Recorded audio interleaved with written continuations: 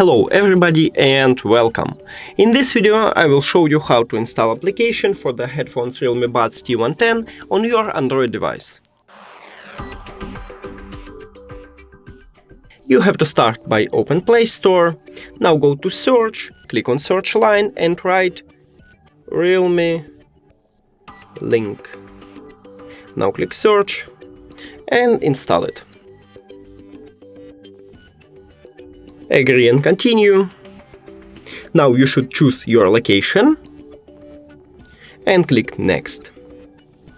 Now got it. And here we go. Thank you for watching this video. If you found it helpful, please consider subscribing to channel and leave the like on the video. It's really important to us.